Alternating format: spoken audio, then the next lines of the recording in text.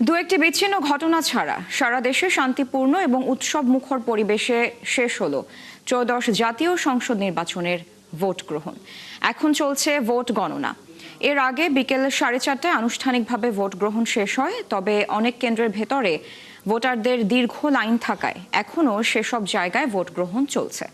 299টি আসনের 42,651 কেন্দ্রে সকাল 7:30টা থেকে ভোট গ্রহণ শুরু হয়ে একটানা বিকেল 4:30টা পর্যন্ত চলে। নির্বাচনে প্রায় 60% ভোট পড়েছে বলে আশা করা হচ্ছে। যারা আমাদের সঙ্গে রয়েছেন, যারা কিছুক্ষণ আগে আমাদের সঙ্গে কথা বলেছেন, নিশ্চয়ই যারা আমরা সরাসরি পেয়েছি এবং এবং আপনি আমাকে যা শেষ পরে আরেকবার বলেন যে কি পরিস্থিতি দেখছেন। ভালো মানের রডের থেকেও 12% অধিক শক্তিশালী। আকিজ ইস্পাত, কমিটেড টু কোয়ালিটি। পরিস্থিতি একবার বলে ফেলছি ভাই, যে এখানে সবাই ভোট দিয়েছেন, যারা ভোট দিয়েছেন সেই ভোটটা যদি সুষ্ঠুভাবে গণনা হয় সেই প্রত্যাশা থাকবে, এবং যারা আছেন কেন্দ্রের কাছাকাছি যারা আছেন তারা কেন্দ্রের আশেপাশে থাকেন। আপনাদের যারা ভোট দিয়েছেন ভোটটা যাতে সুষ্ঠুভাবে গণনা হয় সেটা নিশ্চিত করতে হবে। বিষয়টা ছিল পোলিং এজেন্টের বিভিন্ন অসঙ্গতি আমরা দেখেছি, বিভিন্ন অজুহাত দেখে আমাদের পোলিং এজেন্ট ঢুকতে দেওয়া হয়নি। একটু আগেও একটা কেন্দ্রে, যেখানে নারী কেন্দ্রে পুরুষ পোলিং এজেন্ট থাকারই কথা, গণনার ক্ষেত্রে নাকি পুরুষ পোলিং এজেন্ট ঢুকতে দিচ্ছিল না, তারপরে ওইখানেও আবার গিয়ে ঠিক করা লাগছে। আশাবাদী স্বপ্ন নিশ্চয়ই।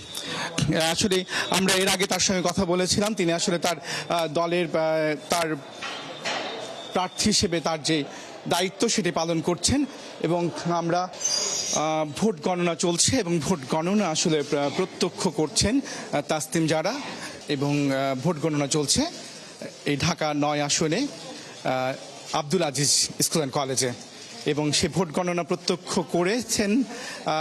এর মধ্যেই তাসনিম জারা স্বতন্ত্র প্রার্থী ফুটবল আসনের, ফুটবল প্রতীকের, এবং সেই প্রতীক